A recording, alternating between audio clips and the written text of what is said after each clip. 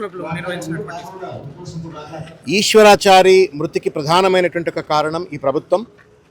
ఈశ్వరాచారి ఆత్మహత్య చేసుకోవటానికి ప్రధానమైనటువంటి ఒక కారణం రేవంత్ రెడ్డి గారు, కేబినెట్ మంత్రులు. వాళ్లపైన హత్యా కేసులు పెట్టి ఉండాల్సి ఉండే ఇప్పటికే. కానీ ఇది ఒక ఫ్యూడల్ ప్రభుత్వం, ఆధిపత్య అహంకారంతో ఉన్న ప్రభుత్వం, పెట్టుబడిదారు ప్రభుత్వం. కాబట్టి వాళ్ళ ఒక పేదింటి బిడ్డ వాగ్దానం చేసి ఆ వాగ్దానాన్ని అమలు చేయకపోతే నిరసనతో తాను ఆత్మహత్య చేసుకుంటే ఇంతవరకు ఏ రకమైనటువంటి ఒక చర్య తీసుకున్నటువంటి వాళ్ళు లేరు. కనీసం సానుభూతి కూడా ఈ ప్రభుత్వానికి తెలపడానికి మానవత్వం లేకుండా ఒక క్రూరమైనటువంటి మనస్తత్వంతో వాళ్ళు వ్యవహరించినారు. ఇది ముమ్మాటికి నాట్ ఓన్లీ బ్యాక్వర్డ్ క్లాస్ అనే కాదు, సభ్య సమాజం అంతా కూడా ఖండించవలసిన ఒక పరిస్థితి. 42% రిజర్వేషన్ ఇస్తా అని చెప్పి నమ్మబలికి 200 కోట్ల రూపాయలతో సర్వేలు చేసి జీవో 9 పట్టుకొచ్చి తర్వాత జీవో 46 పట్టుకొచ్చి కోర్టులో కేసు పెండింగ్ ఉన్న తర్వాత కూడా 42% రిజర్వేషన్ ఇవ్వడానికి వెసులుబాటు ఉన్నప్పటికీ కూడా దాన్ని పక్కన పెట్టేసి జీవో 9 పక్కన పెట్టేసి జీవో 46 పట్టుకురావడంతో నిరసనతో ఆ పిల్లవాడు ఆత్మహత్య చేసుకున్నాడు. ముమ్మాటికి ప్రభుత్వమే కారకులు. మేము డిమాండ్ చేస్తూ ఉన్నాము, ఏమాత్రమైనా చీము నెత్తురున్నట్టయితే బీసీలను కేవలం ఓట్లేసే యంత్రాలుగా కాదు, వాళ్ళు కూడా మనుషులే, వాళ్ళు కూడా పౌర హక్కు ఉన్నది అనేటువంటి కనీస ఇంగితం, విఘ్నత, మానవత్వం కనుక ఈ ప్రభుత్వానికి ఉన్నట్టయితే మేము వెంటనే 42% రిజర్వేషన్ అమలు చేయాలని చెప్పని కోరుతా ఉన్నాము. ఇప్పుడు జరుగుతున్న ఎన్నికలు బోగస్ ఎన్నికలు, ఒక ఫార్స్ ఎన్నికలు. బీసీల గొంతు కోసి ఇవాళ ఒక వికృతమైనటువంటి రాజకీయ విన్యాసానికి రేవంత్ రెడ్డి గారు పాల్పడతా ఉన్నారు. దీన్ని ఖండిస్తూ ఉన్నాం. మేము చేయాల్సిన చర్య అన్నీ చేసినాము. బీజేపీ 9th షెడ్యూల్లో పెట్టుకోవాలి కాబట్టి చారి యొక్క మృతిని వాళ్ళే బాధ్యత తీసుకోవాలని కాంగ్రెస్ వాళ్ళు చెప్పారు, బీజేపీ వాళ్ళు.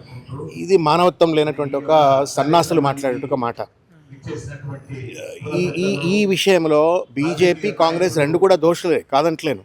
కానీ బీజేపీని నిర్దిష్టంగా దోషిగా నిలబెట్టాలంటే ఎన్నిసార్లు ప్రధానమంత్రితో రేవంత్ రెడ్డి గారు మాట్లాడినారు, ఎన్నిసార్లు అమిత్ షా దగ్గరికి వెళ్ళి కూర్చొని ఈ సమస్య గురించి చర్చ చేసినారు, ఎన్నిసార్లు పార్లమెంటు సభ్యులను తీసుకెళ్లి ఆల్ పార్టీ డెలిగేషన్ తీసుకెళ్లి ప్రధానమంత్రిని కలిసినాడు, ఎన్నిసార్లు పార్లమెంట్లో కాంగ్రెస్ పార్టీకి సంబంధించిన ఎమ్మెల్యేలు 42% రిజర్వేషన్ సంబంధించిన బిల్లులు ప్రెసిడెంట్ ఆఫ్ ఇండియా దగ్గర పెండింగ్లో ఉన్నాయి, దానికి సంబంధించినట్టు ఒక ప్రొసీడింగ్ పార్లమెంట్లో మనం ప్రవేశపెడతామని చెప్పని ఎన్నిసార్లు లేవనెత్తినారు. ఎందుకు కనీసం ఒక ప్రైవేట్ బిల్ అయినా సరే ప్రవేశపెట్టేట ప్రయత్నం చేయలేదు. సిగ్గు ఎగ్గు లేకుండా బీసీలు అంటే ఏదో తెలివి తక్కువలు, చెవుల పూలు ఉన్నాయి, భావోద్వేగాలకు గురి అయ్యేటువంటి ఒక ఎమోషనల్ పర్సన్స్ అనుకుంటున్నాడో ఏదో తెలియదు. కానీ మొత్తానికి రేవంత్ రెడ్డి గారు బీసీల్లో ఉన్నటువంటి ఒక భావోద్వేగాలను అడ్డం పెట్టుకొని ఒక చిల్లర ఆట ఆడుతూ ఉన్నాడు. ముమ్మాటికి బీజేపీ కాంగ్రెస్ ఇద్దరు దోషులే. కానీ ప్రధానంగా అధికారంలో ఉన్నటువంటి వాడు దాన్ని బీసీ డిక్లరేషన్ ద్వారా, కామారెడ్డి బీసీ డిక్లరేషన్ ద్వారా ప్రజలను మభ్యపెట్టి ఓట్లు దండుకొని అధికారంలోకి వచ్చిన తర్వాత చెంపలు వేసుకోవాలి కదా. మరి రేవంత్ రెడ్డి పిలవండి, ప్రెస్ క్లబ్కి పిలిచి 2 చేతులు చెంపలు పళ్ళ వేసుకొని నేను ప్రయత్నం చేసినా నా వల్ల కాలేదు అని చెప్పని చెంపలు వేసుకోమని చెప్పండి. అట్లా లేకుండా ఇవాళ 42 జీవో 9 ఎందుకు తెచ్చినావు సమాధానం చెప్పు. జీవో 9 పైన కేసు పెండింగ్లో ఉండగా 46 ఎందుకు పట్టుకొచ్చినా సమాధానం చెప్పు.